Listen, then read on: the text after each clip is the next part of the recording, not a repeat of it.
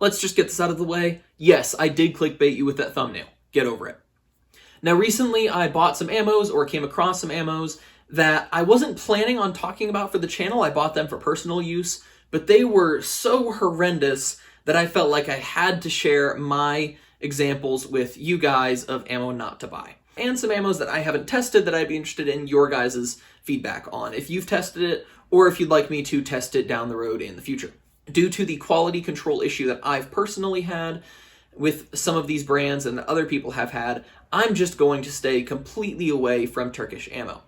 One example is Ammo Inc., and that is one of the causes of this video. I had some Jesse James Ammo Inc. 38 Special. I was shooting it through this revolver, and I actually chronographed some of it. And at the time, I didn't notice anything out of the ordinary. 780, 881, 761, 738, 716, 714, 778. Okay, I don't know if you caught that, but we had greater than 200 feet per second of a spread from the lowest round to the highest round, and that is not good. And I didn't go back and check those velocities until later when I was shooting it, and I was noticing a larger muzzle flash with some of the rounds as compared to others, and I was noticing a significant variation in the amount of recoil that some of the rounds would have. Some of the rounds would feel very light, like you were shooting some target loads. Other rounds would feel really heavy. That is not the type of quality control that you should expect from ammunition. That is not a good thing at all. I'm going to be staying away from Turkish ammo. That includes Ammo Inc., ZSR, Sterling, and there's countless other brands too. So if you just look up where it's made, if it's made in Turkey, I'm personally staying away from it. I would recommend you probably do as well. If you have experience shooting many rounds of a Turkish brand, let me know in the comments down below. Another round that I ran into that prompted this video is Winchester Forged. That is Winchester's steel cased line for 9mm, and testing it in several different handguns, almost every single one of them had constant stovepipes, failures to feed, and stuck cases. But what I'm saying is that this ammo worked poorly in a variety of guns from a variety of manufacturers, shooting about 150 rounds. Many of these guns had issues, so I'm just going to stay away from this ammo. It sucks. It's not worth shooting unless you really want to do failure drills, but even then, it's pretty irritating to use. Finally, ammo I will stay away from is gun show reloads. If somebody is selling reloads that are of an unknown origin, whether it is them who reloaded it or a buddy who reloaded it, just stay away.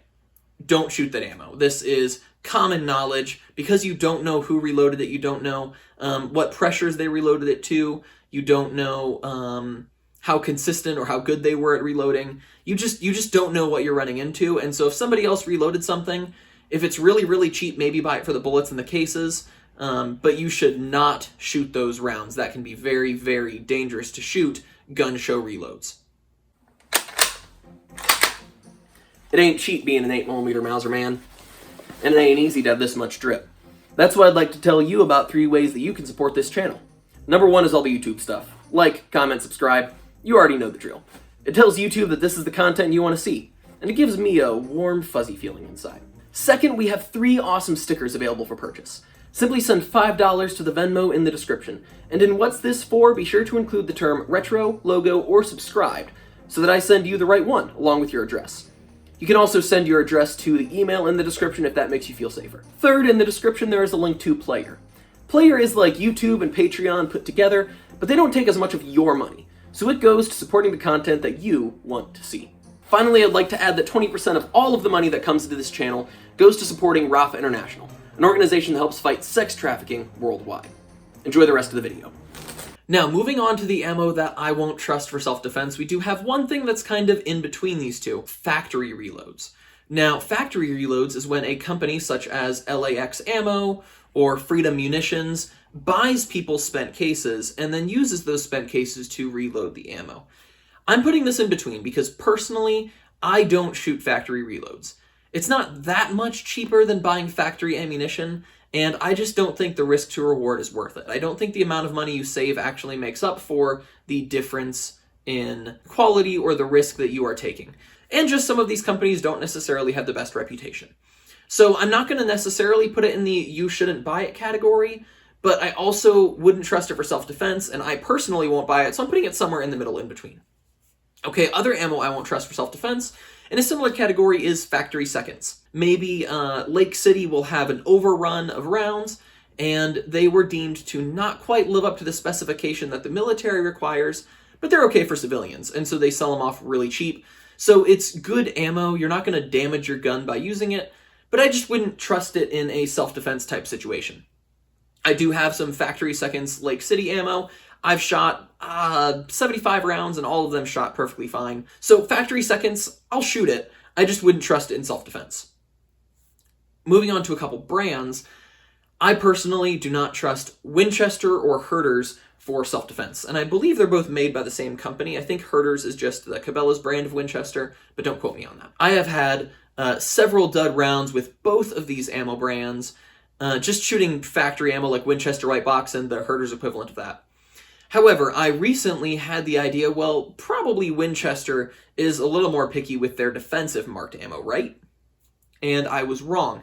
Shooting this handgun, I was shooting 158 grain Winchester defense ammo, and I had a round that was, first I heard a hang fire, then something just didn't sound right, and I was shooting kind of fast, so I didn't catch it quick enough, so when I pulled the trigger again, the second round went off, and the slide opened, closed on that round, and what I realized was the extractor had flown off.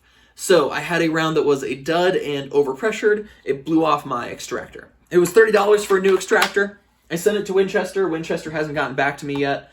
So we're going to see what they say about that. But I just don't trust Winchester or Herter's ammo for defensive use because I have found their quality control is just too low. Putting this in the same category, I personally haven't tested it. I've also heard that Remington's quality control has gone down in recent years.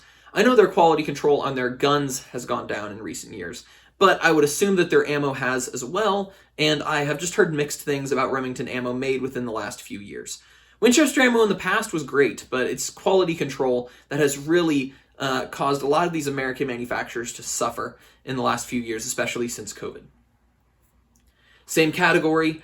This whole channel is about shooting surplus ammo, so I love to shoot surplus ammo.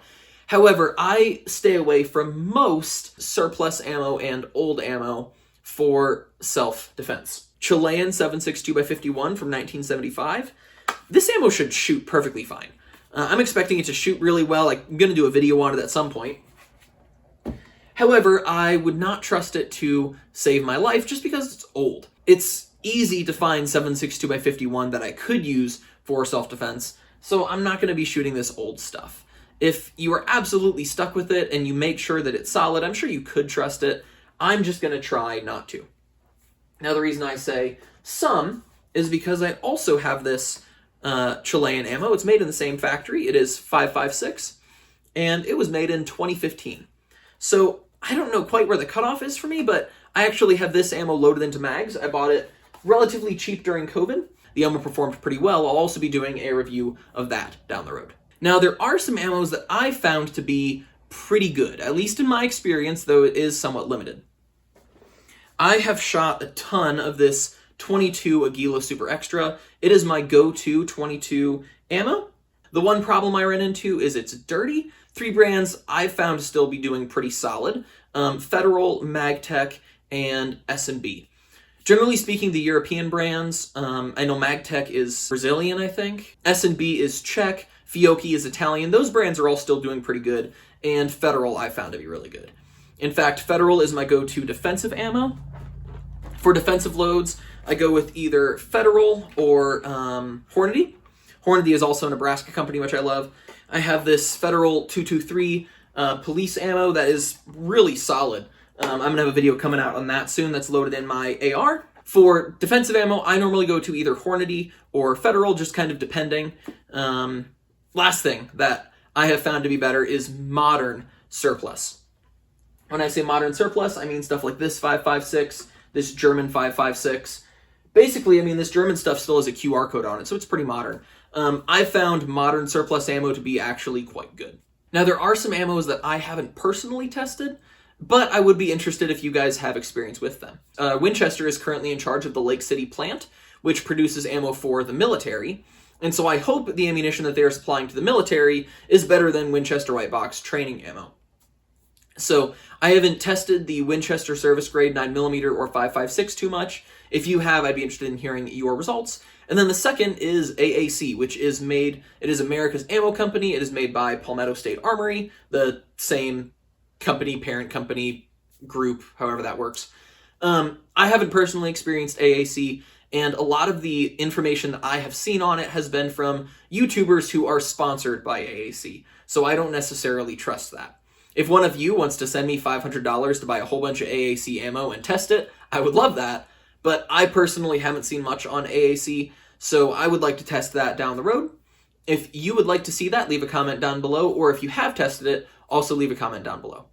All of that being said, I am 8mm Mauser Man, and I have a semi-auto 12-gauge shotgun, but I lived on. Which proves it's hard to get the best of a man named John.